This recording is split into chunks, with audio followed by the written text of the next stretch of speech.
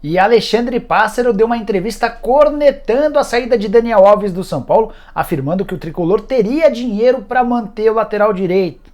Será que teria mesmo?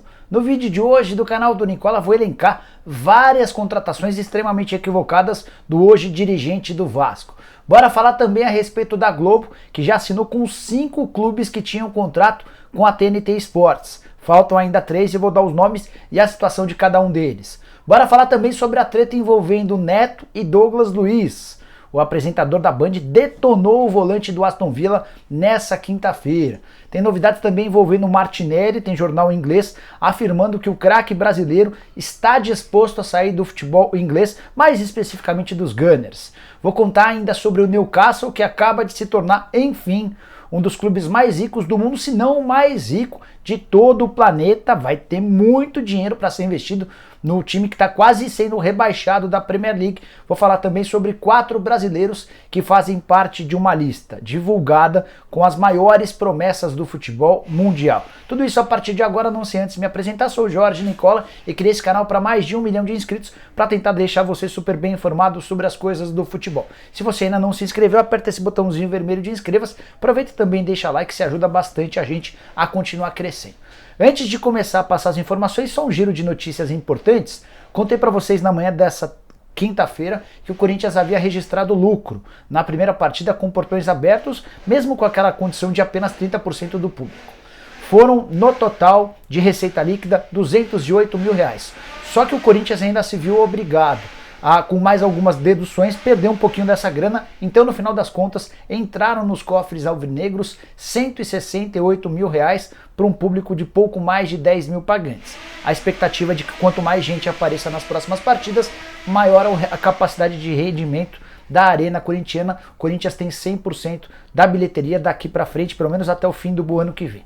Quero falar também sobre o Fluminense, derrotado nessa quarta-feira pelo Fortaleza. O clube conseguiu quitar nessa quinta os salários do mês de setembro para jogadores e também funcionários. Dessa maneira, o Flu não tem qualquer débito com os seus funcionários, com seus colaboradores, tudo em dia no Fluminense. Deveria ser uma notícia corriqueira, mas não é assim no futebol brasileiro. Agora bora começar com as notícias que eu havia prometido agora há pouco. Primeiro sobre os 4 brasileiros que figuram numa lista do The Sun. Não é do The Sun não, é do jornal The Guardian. Esse jornal listou 60 atletas nascidos no ano de 2004 que surgem com enorme potencial no mundo da bola. Dos 60, 4 são brasileiros. O Ângelo, atacante do Santos, o Matheus Nascimento, também atacante do Botafogo, o Savinho, meio atacante do Atlético Mineiro, e o Vinícius Tobias, zagueiro do Internacional. O Vinícius é o único zagueiro dessa relação toda. Ele pertence ao Shakhtar, foi comprado recentemente pelo Shakhtar Donetsk e está emprestado ao Inter até dezembro, apesar de ter sido revelado no Clube Colorado. Brasil e Espanha são os países com mais atletas nessa relação, 4 jogadores para cada um desses países, o que mostra que a gente continua produzindo bons jogadores. O Ângelo tem muito futuro, já atua no profissional, Matheus Nascimento da mesma maneira, assim como o Savinho. O Vinícius Tobias é o único que ainda não figura na relação da equipe profissional, mas deve acontecer, se tornar profissional em bem pouco tempo lá no Shakhtar Donetsk. Já que estou falando sobre futebol internacional, bora te atualizar sobre o Newcastle. Quem acompanha o canal do Nicola há muito tempo vai lembrar que 1 ano e meio atrás circulou com muita força a notícia de que o governo saudita estava comprando o Newcastle, operação liderada pelo Mohammed bin Salman, que é dono de uma fortuna gigantesca. O patrimônio dele é avaliado em 434 bilhões de dólares. Só para você ter uma ideia, Manchester City e Chelsea, que se tornaram clubes ricos a partir da compra a partir do investimento de bilionários, os bilionários de Chelsea e City têm mais ou menos 15 vezes menos patrimônio do que o Mohammed bin Salman, que chega para, se ele quiser, revolucionar a condição do Newcastle. O time hoje é o penúltimo colocado da Premier League, só 4 títulos na história, o último em 1927, mas a partir dessa aquisição, que enfim foi liberada, eram 18 meses de tratativas e por conta de toda a repercussão negativa e tal, ela foi postergada e enfim foi aceita, e a partir de agora o Newcastle se torna o clube mais rico do futebol mundial. Vão surgir contratações extremamente importantes do Newcastle daqui para frente. Para quem torce para o Newcastle, prepare-se, porque dias de ouro estão por vir. Bora falar agora sobre Martinelli. Lembra dele? Jogador que passou pela base do Corinthians, explodiu no Ituano, esteve na mira de vários clubes brasileiros e acabou sendo comprado pelo Arsenal. Primeira temporada dele na Inglaterra espetacular, 26 jogos e 10 gols marcados. Segunda já um pouco pior, 22 jogos e 2 gols marcados. Na atual temporada ele esteve em campo em apenas 4 vezes, ainda não marcou gols. O Arsenal fez 9 partidas e o Martinelli está incomodado com o fato de não ter sido utilizado na maior parte dos jogos do Arsenal. O Mikel Arteta, que é o técnico do Arsenal, inclusive deu uma entrevista recente dizendo que o comportamento do Martinelli quando não vai para o jogo ainda não é o ideal, que o Martinelli tem que entender que ele quer o melhor para o jogador brasileiro, mas de acordo com jornais na Inglaterra, a paciência do Martinelli acabou e ele pensa em se mudar de clube, toparia sair por empréstimo ou em definitivo. Contrato até 2024, a tendência, antes que você se anime e imagine o Martinelli jogando no seu clube do coração, é de que ele só se mude, só saia do Arsenal para defender um outro clube na própria Europa, seja por empréstimo em definitivo.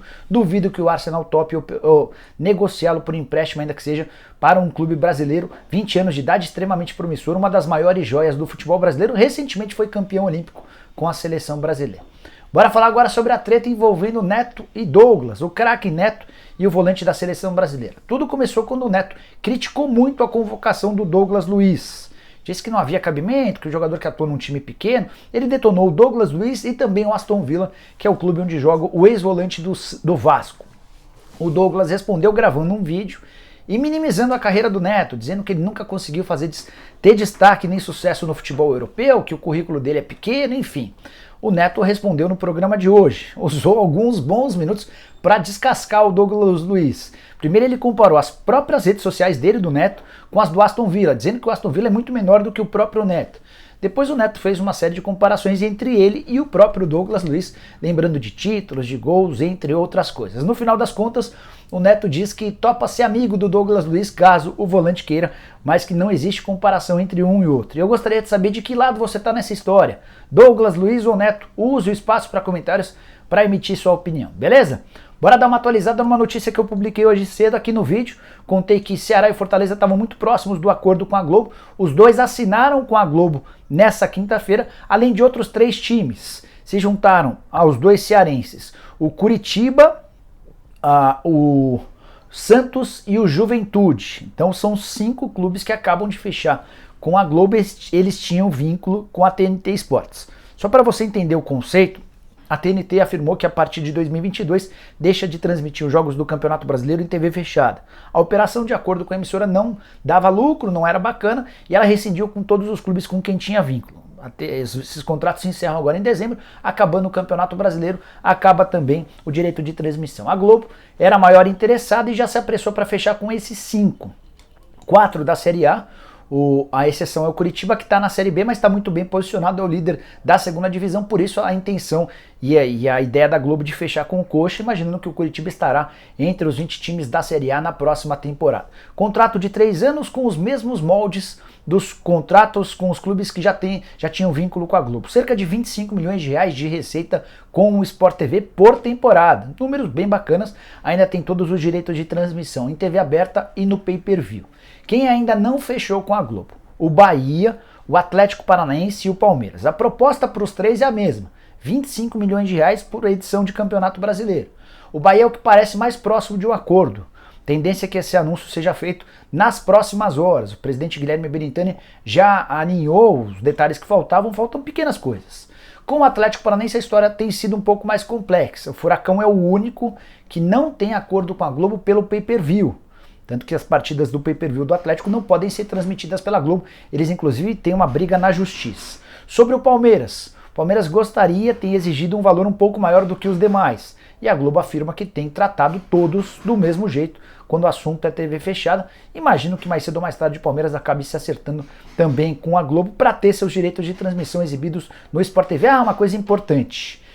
Todos esses novos contratos que eu citei já foram fechados de acordo com a lei do mandante, que prevê que basta para a emissora ter o direito de transmissão do time da casa para poder exibir o jogo. Então digamos que o Palmeiras não se acerte com a Globo, até acho que vai se acertar, mas digamos que não se acerte. E tem um Santos e Palmeiras no ano que vem, o Sport TV pode transmitir o jogo entre Santos e Palmeiras na Vila por causa do acordo com o Peixe, ainda que não tenha vínculo com o Palmeiras, tá bom? Bora fechar o vídeo para falar a respeito de Alexandre Pássaro, que deu uma entrevista à ESPN. Nessa entrevista ele afirmou que a dívida com o Daniel Alves que o São Paulo tem era uma dívida absolutamente pagável. Ele disse mais, que foi uma questão de escolha, que o São Paulo acabou errando em alguns dos investimentos, por isso precisou abrir mão do Daniel Alves. Detalhe importante, ele cita a contratação do Orejuela, fala que o São Paulo desembolsou 13 milhões de reais para comprar o Orejuela, tem mais salários, mais comissão, e que o custo total do Orejuela permitiria ao São Paulo pagar o Daniel Alves. O que ele se esqueceu, o Alexandre Pássaro, que hoje é o diretor executivo de futebol do Vasco, é sobre a série de equívocos que ele cometeu à frente do São Paulo em pouco tempo. E eu vou listar só alguns, a lista é gigante, mas é importante quando alguém aponta o erro, que a gente aponte o erro dessa própria pessoa. Por exemplo, lembra do Raniel? Sim, o Raniel foi comprado pelo São Paulo durante a gestão Alexandre Pássaro. Investimento de 13 milhões de reais, o São Paulo não tinha dinheiro. Qual foi a solução do Pássaro? Pedir emprestado ao André Cury. O Raniel acabou não ficando no São Paulo, foi repassado para o Santos e o Tricolor acabou ficando com o Vitor Bueno. Aquele pacote de 13 milhões de iniciais se transformou na maior parte de uma dívida que o São Paulo tem hoje com o André Cury. Essa dívida gira na casa dos 30 milhões de reais. Tem mais. Jusilei, comprado do futebol chinês, salário de 750 mil reais por mês na oportunidade. Acordo fechado pelo Alexandre Pássaro, onde já se viu pagar por um volante com enorme dificuldade com a bola 750 mil reais por mês. O cara acabou não dando certo, o São Paulo se viu obrigado a rescindir com o Jusilei e está pagando 12 milhões e 700 mil reais em salários. Serão 4 anos de pagamento com parcela de 265 mil reais por mês. Os 13 milhões de reais que ele apontou do Orejuela estão aqui no caso do Jusilei, contratação estapafúrdia. Tem mais. Santiago Trellis foi comprado pelo São Paulo com 28 anos de idade, na oportunidade só 42 gols marcados. Era óbvio que o São Paulo não teria sucesso com o Trellis, cara que só fez 7 gols com a camisa do Tricolor, investimento de 6 milhões de reais por 70% dos direitos econômicos. O Pássaro ainda colocou uma cláusula que torna essa contratação ainda pior. Se o São Paulo não vendesse o Trellis durante o período de contrato, o São Paulo ainda se veria obrigado a pagar mais 2 milhões de reais ao Vitória. O contrato está acabando em dezembro, é óbvio que o Trellis não será vendido para nenhum outro clube e o São Paulo ainda vai precisar buscar mais 2 milhões de reais para pagar ao Vitória. Bora falar sobre o Everton Felipe. Primeiro contratado por empréstimo de 3 milhões de reais, depois comprado em definitivo por mais 3 milhões de reais. 6 milhões de reais no Everton Felipe. Atleta que jogou pelo São Paulo 20 vezes, a maioria como reserva, nunca marcou um gol e não para de ser emprestado para outros clubes. Pensa que acabou? Não, tem mais. Foi Pássaro e o Raí quem contrataram o goleiro Jean, que era do Bahia, investimento de 6 milhões de reais, poderia chegar a 10 milhões, não chegou porque o Jean não conseguiu bater as metas estipuladas em contrato. Só jogou 19 partidas pelo São Paulo e se viu obrigado a deixar o clube. O Tricolor precisou abrir mão do Jean, hoje ele está emprestado ao Cerro Porteño, depois daquela agressão que o Jean fez contra a própria esposa numa viagem nos Estados Unidos durante o período de férias. Hernanes é ídolo do torcedor do São Paulo, mas foi uma negociação completamente sem pé na cabeça. Primeiro que o São Paulo desembolsou 13 milhões de reais para comprá-lo de um time chinês. Depois com salários superiores a 1 milhão de reais por mês. E o Hernanes não jogou bolinha desde que foi contratado. Precisou mais uma vez haver a rescisão de forma antecipada e agora a nova gestão do São Paulo é quem arca com o pagamento dessa rescisão com valores estratosféricos. Daniel Alves é o caso para ser estudado. O cara ganhava, ou pelo menos tinha a promessa feita pelo Pássaro e pelo Raí, de que ele ganharia 1,5 milhão de reais por mês. Só que o Leco, o Pássaro e o Raí deixam o São Paulo no fim desse ano, no fim do ano passado para esse ano, com uma dívida de 12 milhões de reais. Essa era a dívida divulgada. Só que quando foi se descobrir a rescisão no contrato, a gente descobriu que eram, na verdade, 18 milhões de reais de pendências. Daniel ainda conseguiu, na rescisão do contrato, mais 7 milhões de reais e vai ter direito a 25 milhões de reais que serão pagos em 5 anos. Lembra dos 13 milhões que ele citou do Orejuela? Só o Daniel Alves vai custar daqui para frente 25 milhões de reais. Isso sem falar no Thiago Volpi, Goleiro contratado por 20 milhões de reais e vencimentos na casa dos 700 mil por mês, para esse nível de atuação que você tem assistido. Sem falar no Pablo, reforço mais caro da história do São Paulo, ele foi comprado por 27 milhões de reais, pagamento parcelado em euro, o euro não para de subir, essa cifra já ultrapassou os 30 milhões de reais e você tem visto o que tem rendido o Pablo, absolutamente nada, o contrato até dezembro do ano que vem e ainda tem um bônus nesse contrato, firmado pelo próprio Pássaro, que vai permitir ao Pablo ganhar mais 300 mil euros caso seja utilizado só mais uma vez daqui até dezembro. Isso sem falar no Carneiro, do Calazans, entre vários outros reforços. Te confesso que eu tenho pena do torcedor vascaíno, que está cheio de esperança, está imaginando que pode ter um futuro bastante promissor, e se ele repetir o que fez no São Paulo à frente do Vasco, o Vasco vai ter enormes problemas na próxima gestão. Não é um trabalho que eu gosto, não é um trabalho que eu admiro, especialmente quando ele começa a apontar problemas de outros sem lembrar dos próprios problemas deles. Bom, pessoal, eram essas as informações que eu queria dividir com vocês no vídeo de hoje do canal do Nicola. Espero que vocês tenham curtido o vídeo e deixem like por aqui. Quem ainda não se inscreveu, vai apertar esse botãozinho vermelho de inscreva-se. A gente se encontra assim que surgir notícia importante, combinado? Abraço, tchau, tchau!